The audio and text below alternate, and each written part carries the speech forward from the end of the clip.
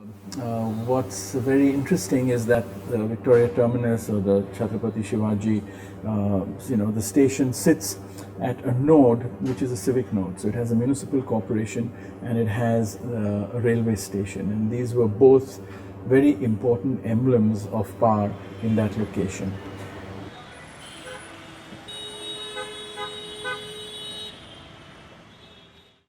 It was part of a broader scheme that the British sort of undertook in this entire fort area. It was to not only represent power, therefore it was built at a decibel level in terms of scale, but it was also to impress the incoming troops, because Bombay was the landing point as a port.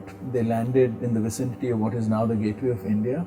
And so what the British did, if you think about it, is all the way from the Gateway of India through DN Road, they removed the ramparts.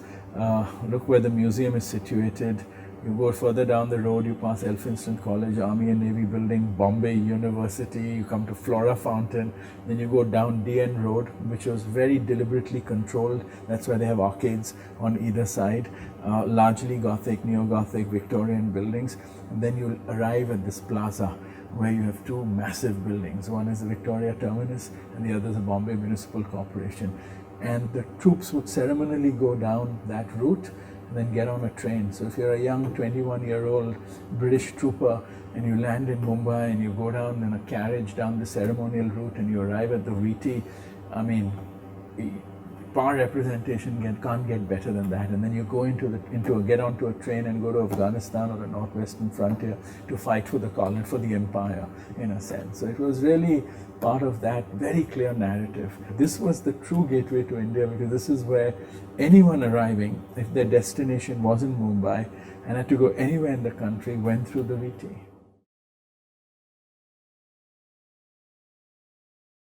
The one very interesting quotation is from John Ransom. I think he was the chief architect for India, and he was sort of in his memoirs or recalling, he gave a lecture at the RIBA, and in recalling his experiences in Mumbai, he said, in India, what he said was, where ingenuity was required more than anything else, we were pushing style. We were asked to make Bombay Gothic, Calcutta Renaissance, Chennai Indo-Saracenic, and to dot the Indian landscape with English bungalows. So those were his exact words, almost verbatim. And so these were obviously instructions that probably came from London, just to give identity, I suppose, to these cities. Gothic maybe was seen as a progressive style, and it was seen as a style that was best suited for a city like Mumbai, where I think what the British were doing in terms of their own power relations with the natives was progressive, because they were creating partnerships, and the Parsi community, the Bhatia community were actually building buildings which are being named after them, which didn't happen in any of the other cities of the colony. When you build a building is always rooted in a context, and it's rooted in a context because of usually three things. One is climate, one is the crafts that are available, and the third is material. And so by default, they become kind of rooted in the place, because here it was Malad stone, it was used in a particular way. They were Indian craftsmen that put in little motifs of things that they, were familiar doing. And so at a subtle level, it's Indianized in a sense, but I don't think it was a conscious synthesis. There was one British engineer, or two maybe, and everyone from the Mistri to the Mukaddam to the chief craftsman to everyone was Indian. So within community, that memory, I think, is very important. There must be hundreds of families that have oral histories within their family histories that talk about how their great-great-grandfather was someone working there. And so the fact that it was handmade purely indigenously is, I think, very, very important. And I wonder sometimes how places like Dubai and all deal with it, because no one locally has made anything there. It's either Indian workers and foreign contractors, and those to me are much more brittle pieces of architecture, because their meanings shatter very quickly. Here the meanings are very embedded through the way the Gothic architecture has adapted itself to verandas for the climate, to the material which is local, we call it Malad stone, and the craftsmen that made it. And I think that's what roots architecture, and that, I think, if you hit those three counts, style is not so important.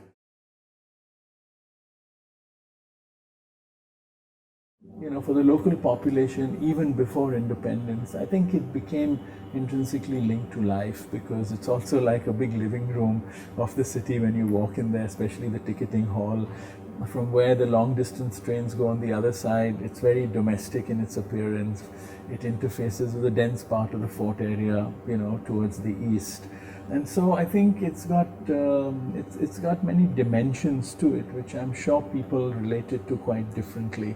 The VT is an extreme condition where you have monumentalism, you have beautiful architecture, you have space, and the intensity of life within it. It's one of the few World Heritage Site monuments that are living, unlike the Taj, which is not living, but yet has crowds, but it's not living.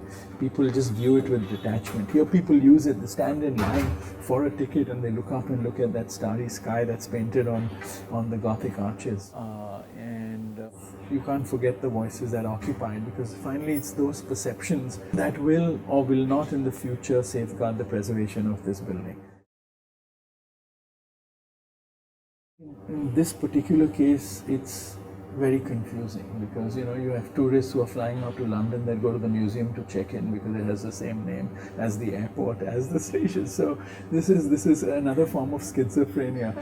And I think if they actually had different names for VT, for Prince of Wales Museum, I would have said the name change very successful.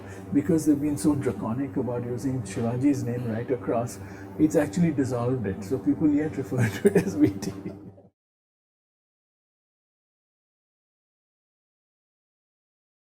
Yeah, so I think conservation is to modulate this rate of change. I think in some cases, different societies first of all look at it differently. They are more nostalgic or less nostalgic about change, and I think in the case of India, we're actually less nostalgic about change. So if we, as strategically as architects or preservationists, feel that it's an important artifact, one way to fight for it is using nostalgia to get bloody-minded, make it a Grade 1 building, don't touch it, don't do anything, leave the files where they are, etc. That's one approach, it's extreme.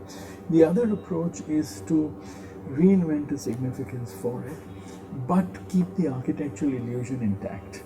Yeah, and that I think really is the challenge that we have to engage with in the Indian context. That means basically draining it of its ideological significances, in this case of power representation, of subversion of local populations, etc. And when you drain, the only way you can drain that is to embody it with new uses. You have the office block, which is incredibly underutilized because the spaces are larger than now.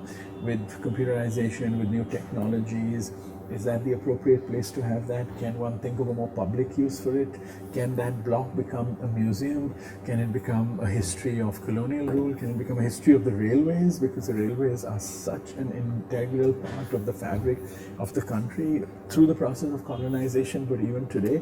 So there are many softer uses that could come in there. A community in the area, the city, the municipality can have a more nuanced debate about saying what are the deficiencies that exist in the city, what do we not have the facilities for, and those facilities could be part of cultural needs, as in museums, information centers, learning places, libraries, things that they're not even discussed when we talk about the development plan, But the potential for it to be recycled in a soft way and keeping the architectural illusion intact is a very viable thing to do.